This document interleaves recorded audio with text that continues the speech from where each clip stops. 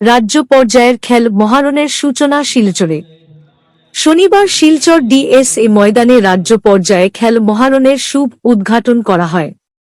রাজ্য পর্যায়ে খেল মহারণের শুভ উদ্ঘাটন করেন সংসদ রাজদীপ রায়, কৈশিক রায়, বিধায়ক দীপায়ন চক্রবর্তী, জেলা শাসক রোহন কুমার ঝা, কনাদ পুরকায়স্ত, প্রাক্তন বিধায়ক দিলীপ পাল, জেলা ক্রীড়া সংস্থার সভাপতি শিবব্রত দত্ত সহ বিশিষ্টজনের হাত ধরে প্রথমে পতাকা উত্তোলন ও সাংস্কৃতিক অনুষ্ঠানের মধ্য দিয়ে রাজ্য পর্যায়ের খেল মহারণের সূচনা করা হয় শিলচরে।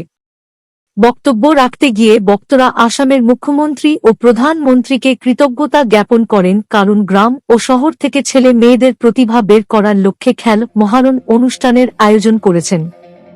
আসামের ২টি জেলা থেকে রাজ্য পর্যায়ে খেল মহারণে খেল প্রতিযোগিতায় খেলোয়াড় অংশগ্রহণ করেন। আগামী ২-৩-৪ দিন এই খেল প্রতিযোগিতায় চলবে এবং আগামী দিনে বিজেপি সরকার বরাক উপত্যকার জন্য বিভিন্ন উন্নয়নমূলক কাজ করে যাবেন।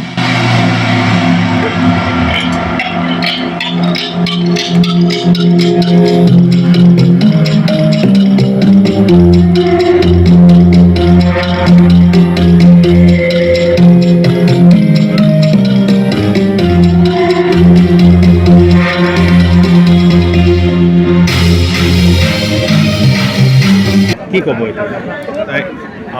আমাৰ দেশৰ প্ৰধানমন্ত্ৰী নৰেন্দ্ৰ মোদী আৰু অসম প্ৰদেশৰ মুখ্যমন্ত্ৰী ডক্টৰ হিমন্ত বিশ্ব শৰ্মাৰ দূৰগামী চিন্তাধাৰাৰ ফলে আমাৰ খেল জগতৰ লগত মানে ৰাজনীতিক যিবোৰ পলিচিছ আছে এমেলগামেট কৰি ষ্টেট ক্ৰাফ্টক এমেলগামেট কৰি আজি ৰাষ্ট্ৰৰ পৰা ষ্টেটৰ পৰা খেলৰ যিটো জগতৰ লগত যি ইক'চিষ্টেম আছে তাত মানে বঢ়াবা দিয়াৰ কাৰণে আমাৰ চৰকাৰে চিন্তা চৰ্চা কৰিছে। আজি খেল ভাৰতবৰ্ষৰ ইমান দিন ইণ্টাৰনেশ্যনেল স্পৰ্টছত মেডেল পোৱা নাই, সেইটোৰ কাৰণ হ'ল যে আমি স্পৰ্টছৰ ইক'চিষ্টেম ডেভেলপ কৰিব পৰা নাই। এজন স্পৰ্টছমেন ফ্লাৰিছ কৰিব হ'লে তাৰ টেকনিক লাগে, তাৰ ভাল কোচ লাগে, তাৰ ভাল ফিজিঅ'থেৰাপিষ্ট লাগে, তাৰ ভাল ডায়েটিচিয়ান লাগে। ইমান হোৱাৰ পিছতো আমি দেখা পাইছোঁ যে আমি মেডেলবোৰ নাপাওঁ। নৰেন্দ্ৰ মোদীজী ডাঙৰীয়া ডক্টৰ হিমন্ত বিশ্ব শৰ্মা ডাঙৰীয়াৰ আজি চিন্তাৰ ফলে আজি অসমত আমি আজি এটা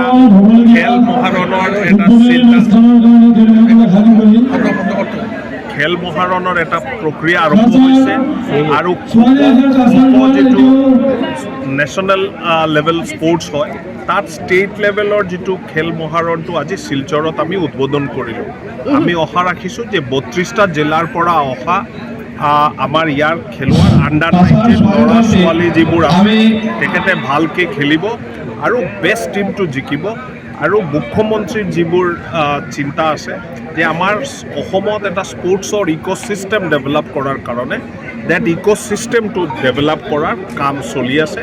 ৰিজাল্ট আমি এদিনত নাপাওঁ, কিন্তু আমি ইনিচিয়েল মানে স্পাৰ্কছ আমি দেখিছোঁ। আজি অসমৰ ছোৱালী হিমা দাস, অসমৰ ছোৱালী লাভলীনা বৰগোহাঁই আজি নেশ্যনেল আৰু ইণ্টাৰনেশ্যনেল লেভেলত তেখেতে মানে গৌৰৱ অৰ্জন কৰিছে, মেডেল পাইছে।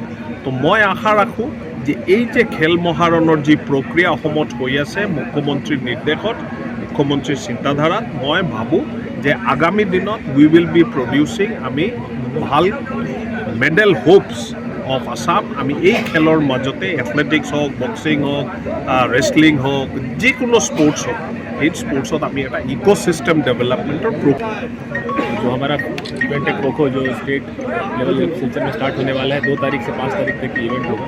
टोटल 32 डिस्ट्रिक्ट से टीम्स आया है। Under-19 boys, under-19 girls 2 category में यहाँ पर खेला जाएगा। 5th को ग्रैंड फिनाले होगा, जिसमें हम लोग शाम को एक अच्छा क्लोजिंग सेरेमनी करेंगे। तो आप लोग सबको इसके लिए आमंत्रित करना चाहते हैं इसी माध्यम से। और हम लोग मतलब एक तरह से we are lucky to be hosting one of the 5 events and this is a matter of pride for us. And from the side of Kachar District Administration, from the side of Kachar residents, we welcome all the contingents, all the technical people, all the playing sports persons, and we wish them best and may the best team win and may sportsmen spirit win. How much player participate in this tournament? In this tournament, we have approximately 760 participants. Okay.